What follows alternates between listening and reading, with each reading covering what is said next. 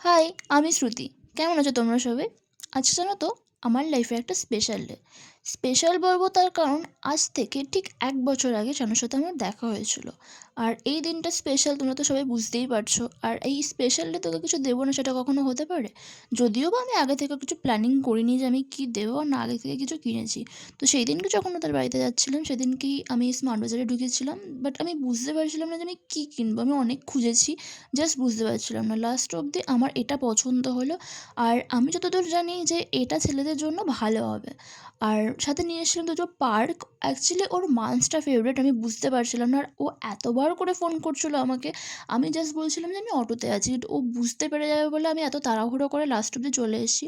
আরও খুব রেগেছিল তার কারণ আমি যে টাইমটা দিয়েছিলাম তার থেকে আধ ঘন্টা লেটে আমি এসেছি। তো দেন ওটা ওর খুব পছন্দও হয়েছিল। তো আমাদের যেহেতু আমরা সকাল থেকে কিছু খাইনি তাই আমাদের খিদেও পেয়ে গেছিলো। দুজন মিলে একটা ম্যাগি বানিয়ে মুভি দেখতে দেখতে এনজয় করছিলাম। তাহলে চলো টাটা।